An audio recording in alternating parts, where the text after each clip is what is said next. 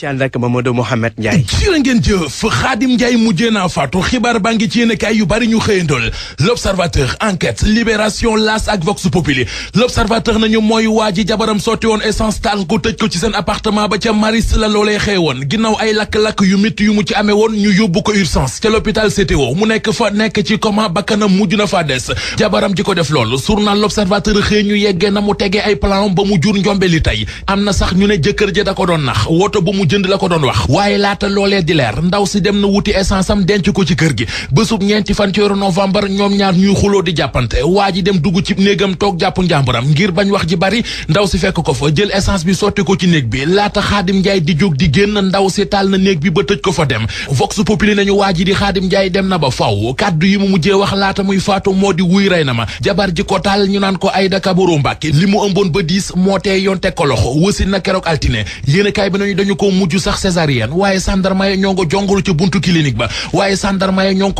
buntu clinique ba la Sénégal nañu jëkkëram ja woon di ndéem si yàlla Xaadim Njaay ma nga ñu denc ci armeelu Yoff ya enquête dina kay nañu démb ba ñu koy rob mer ak xol bu tàng moom la ñu gënoon a nimmi ko ca rob ba Xaadim Njaay dem na bàyyi ci ginnaawam jabar joo xam ne guddi yu ñu toll moo gën a dugguru ba ndaw si Ayda Mbàkke la tudd doom la ci Sëriñ Babacar Mbàkke mu kaboro dafa ëmboon waaye wësin na keroog talaata doom ju góor enquête dina kay moo bind loolee lépp libération nañu Ayda Mbàkke mi taal jëkkëram Xaadim Njaay ba mu jaara ca faatu tama ëpp koy buum jamono ji ne léegi mbiri assassinat la ñu koy toppee fa la enquête ba jëm ñu dem ci l'Observateur mi ñu xëy xamal ci xëtam mu njëkk fa kilifay Tiwaawoon yi bëgg a jëmee gàmmug ren gi maanaam orientation yi jikko yu yàqu yu ci réew mi journal Groupe Futurs Médias bi mi ngi ñuy wax ne dëkkub Seydi Hadji Malick Sy ba mu di Tiwaawoon ñoo ngi koy ñaawlu kàdduy Sëriñ Bay Si Abdou ci xët mu njëkk yéenekaay bi muy wax naan fi ñu toll ci réew mi Sénégal toll na foo xam ne nit ñi jëfi bàyyi ma la ñu yore moo ko wax moom Sëriñ Babacar Sy Babacar meneen mu wax ci leneen ci feneen moo di Babacar Mbaye Ngaraaf mi ngi ci Direct Info espace filao yu Géejawaay yi ñuy dagg di ko jox ay boromi daraja yu nekk ci réew mi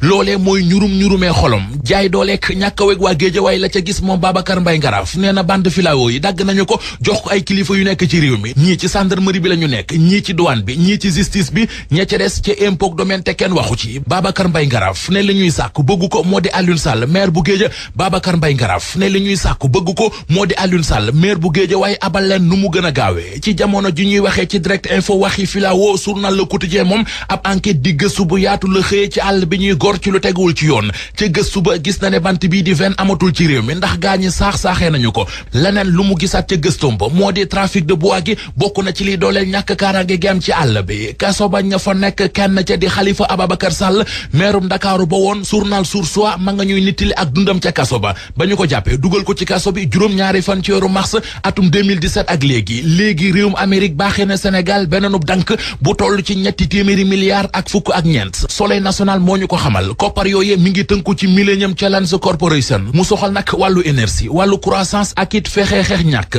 journal bi nañu cib communiqué bu bàyyeekoo ci ambassade bu Amérique fii ci Ndakaaru ci la ñu jàngee ne conseil d'administration bu Millennium Challenge Corporation ak gouvernement bu Amérique juboo nañu ci yëkkati koppar yu ñu toll dugalal ko Sénégal ci Millennium Challenge Corporation docteur Thierno Thioune di maître conférence ci université Cheikh Anta Diop bu Ndakaar ni ci xët mu njëkku La Tribune boor yu rëy yi Sénégal amee loolee jaaduwul Abdoulaye Wade muy déyante ak Pierre Goudiaby Atepa photo boobee moo nekk ci xët mu njëkku La Sénégal moom Abdoulaye Wade ba mu yégée ne Pierre Goudiaby Atepa candidat lay doon ci wote présidentielle yi 2019 yi da ko bind ab lettre di ko ci encouragé ak naan ko maa ngi lay ñaanal ngir li nga soobu nga am ci ndam ndax bis boo doonee président de la république dafay mel ne sama dooma falu ndax yow sama doom nga doomi jàmbur yàqu na ca caaroy kaw ubbil Les Échos dafa am benn femme boo xam ne yéenekaay bi nee nañu am na ñeent fukki at am na jëkkëri teg ci koñ ba mu dëkk dafa am benn boutique boo xam ne xale ba koy gérer xale bu góor la fukki at ak ñett la am femme bi heure bu ñëwee rek di ko lambatu ak di ko def yëfi saay-saay xale bi dem ba tàmm ko dem ceet ba jaaree ca xam jigéen heure bu ndaw si ñëwee def ko lim koy def xale bi yulli comptoiru boutique bi jox ko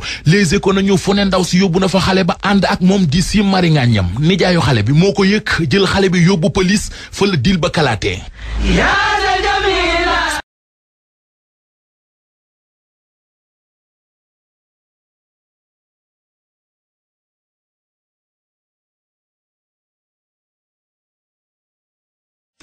El Hadji Ahmed Aïdara bismillah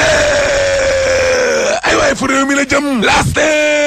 en tout cas Khadim Ndiaye day waaw mooy waa ji nga xam ne nag moom la jabaru Mbàkke bi la taaloon seen appartement ba waaye day mujj naa ñàkk ba kanam inna lillahi wa inna ilayhi rajiun maa la ko wax l'observateur ne Khadim Ndiaye day waaw dama ne la mujj nañ koo denc nag ni ki démb kon ca diwaanu Yoff allahu akbar libération yéene kaay ne te moonu ñoom ñaari day couple Ndiaye bi 2012 lañ leen maye woon ñu commencé sëy lépp nickel lépp jaar yoon laa la wax diggante Khadim Ndiaye mi la ak soxna Aïda Mbacké allahu akbar ba week-end bi ñu génn day ci la jabar ci Mbacké bi day daal di def nag giraawaaleem gu rëy gi la daal di taal appartement ba laa la wax nga xam ne foofee la ñu dëkkoon ca diwaanu Maris jëkkër ja lak 3e degré moom Khadim Ndiaye ca la ñàkk ba kanam nag nit ki kon démb ci suba moom Khadim day du ma sa gis nag doomam ju jigéen ñi nga xam ne moo juddu ñaari fan ci ginnaaw 48 heures avant ci hôpital bi nga xam ne day fa la ñu denc yaay jax ndaxte Aïda Mbacké tamit day ca lakk ga daf caa amoon kon ay gaañu ndaw sax yéeni kaay gi ne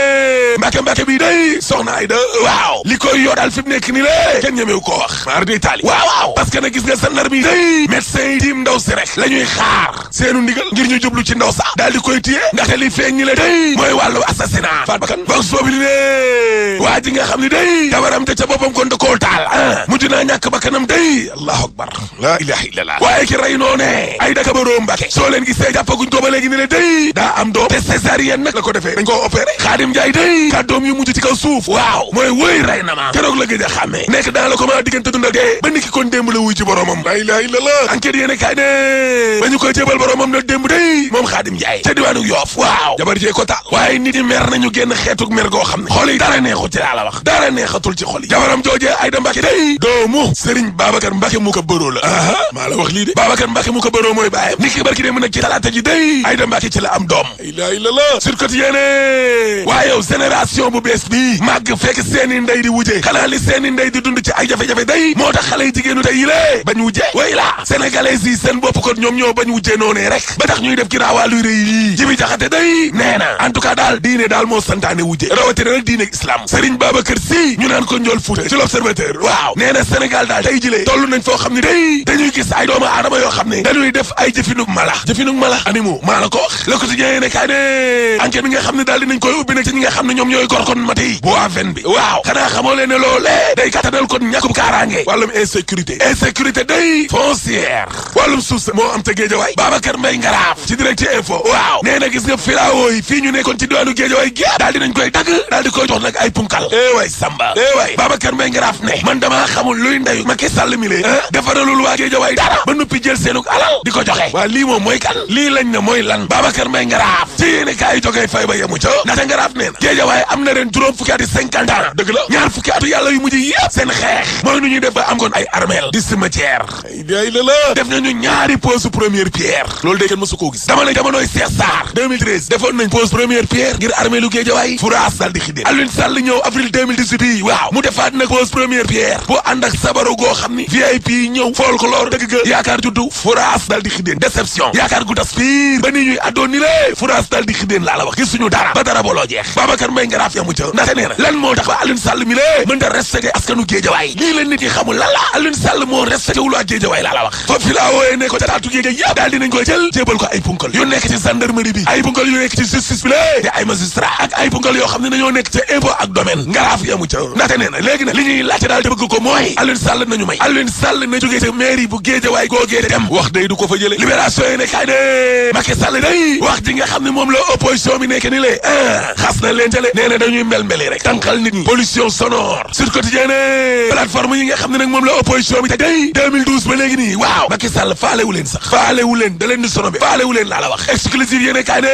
en tout cas diggante Macky Sall ak Aminata Tall day waaw mbir mi sedd na de diggante bi neexatul de maa la ko wax parce que Aminata Tall day yëngootul de biir Benno Bokk Yaakaar yëngootul te moom rek mooy présidente institution boo xam ne defuñu ko délégué régional ci wàllum signature yi moo taxit mu defal leen ci bu neex Aminata Tall zéro signature indiwul benn signature laa la wax jigéenu Benno Bokk Yaakaar itam dañ koy xeex sur sa a day waaw daal di ne dik ngin dañ ci Khalifa Sall day dundam go bees yi nga xam ne kon moom lay dund léegi ca biir kaso ba Karim Wade day tribune yéene kaay nee na bëggul bu ñëwee Sénégal gi lée ñu dugal ko ci kaso bi moo tax mu jël am feemu bees waaw feem gu bees dàq laa la wax buy ñibbi si fii ci réew mi day ànd ak délégation wooye mbootaay xeeti Nations Unies ànd ak nguuru CEDEAO ge ngir indil jafe-jafe nguuru Sénégal gi parce que nguur gi ci boppam waaw daa jël ay engagement internationaux tribune yéene kaay ne procès en appel Barthélémy Dias day waaw baax ëllëgëm dana ko xam fukki fan ak ñaar ci weeru décembre réew mi quotidien en tout cas njabootug Cheikh Diop day kataaloon boppam ca buntu palais ba waaw nee nañu dañuy porter plainte kon nguuru Sénégal gi laa la wax laas Abdoulaye Wade day waaw d'accord na ci candidature Bassirou Pierre Atepa Goudiaby bi en tout cas Sénégal de la ñu yor ci ay bor bari na docteur Thierno Thioune bu ICAD ci termine yéene kaay waaw nee na bor bi nii mu mel nii la kenn mënta justifier daa bëri di yéene kaay gi ne étudiants yi nga xam ne nag maanaam dañoo nekk ci université privée te ñu dàq leen génnee leen ci biti waaw dañ doon manifester waaye seen maire gi day tuutee des ñu daanu ci kaw cortège présidentiel bi laa la wax Macky Sall da doon dem Afrique du Sud réew mi quotidien ne wàllum justice Sénégal day waaw gént gi day lenn rek la seen rêve moom seen bopp indépendance de la justice ba tax na ña cay yëngu di acteurs yi médias yi politique yi société civile ñëpp interpellé nañ leen est-ce que jar nañoo interpellé yaa ko moom fabal la sant constitution réew mi jox na la sa indépendance kay looy xaar fabal indépendance de la justice moom warta nekk sax débat ci mim réew boo paree mën a la tëjal Samsung.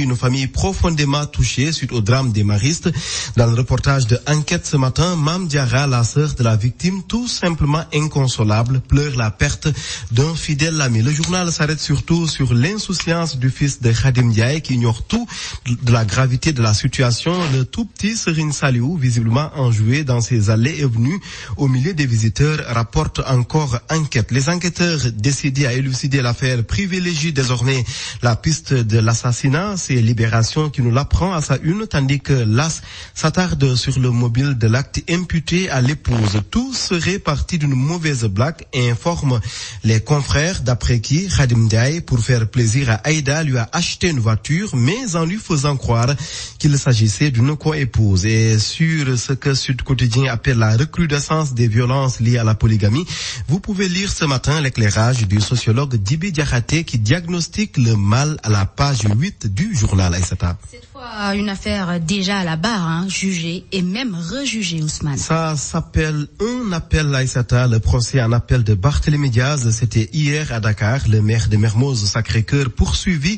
pour outrage à un magistrat, entre autres faits, mais libre de ses déplacements. Un rappel va être fixé sur son sort le 12 décembre prochain. Écrit Enquête, et comme il avait promis, le socialiste a maintenu les propos qui l'ont valu 6 mois de prison. Mais Enquête prévient que si jamais la cour d'appel suit le parquet général, Barthélémy Diaz ne va pas être blanchi. Blanchi, il en aura tout de même besoin pour se présenter à la prochaine présidentielle. Dans l'AS, en perspective de ce rendez-vous, ça discute entre Abdoulaye Wade et Pierre Goudiaby Atepa. Dans une lettre, le secrétaire général national du PDS galvanise le président du mouvement Sénégal REC qui aurait, selon lui, le profil et les compétences nécessaires pour mieux faire face à l'actuel président. Correspondance reprise également par la Tribune qui s'interroge sur un autre sujet, le retour de Karim Wade au Sénégal. Il compte débarquer, l'ancien ministre, à Dakar avec des responsables de l'ONU et de la CEDEAO, révèle la Tribune, pour mettre l'État en mal par rapport à ses engagements internationaux. Et plus qu'une mise à mal, une mise à mort guettait les supporters sénégalais à Moscou lors du dernier mondial. Les Échos titrent ce jeudi sur une grave révélation à Aïssata. Les supporters sénégalais, effectivement, ont échappé de justesse à un attentat à Moscou. Un assaut qui devait être perpétré par drone, comme ça se passe en Irak, est programmé pour se passer le jour du match du Sénégal contre la Pologne. À la une de Les Échos, de pauvres supporters, tout en sourire, agitant les couleurs nationales. Mais pourquoi cibler les Sénégalais, les Anglais aussi, les Argentins et les Polonais? Nos confrères ne donnent aucune explication, se contentant de citer le service de sécurité fédérale de la Russie, lequel accuse des nationalistes en connexion avec des organisations terroristes internationales. Cette fois, pas de feu, mais plutôt de l'électricité dans l'air. La Sénélec retirée du processus de notation de Bloomfield, la direction invoque plutôt un contrat arrivé à terme. Dans un communiqué repris par Enquête, la Société nationale d'électricité annonce même le recrutement de Wara, concurrente de Bloomfield, après un appel d'offres en bonne et due forme. Mais pour Les Échos, la Sénélec a clairement perdu la garantie de qualité de crédit et de couverture de risque de défaut pour son émission obligataire 2018-2019, Aïssata. Merci à vous, Ousmane Gueye, pour la revue de presse. Je vous en prie, Aïssata.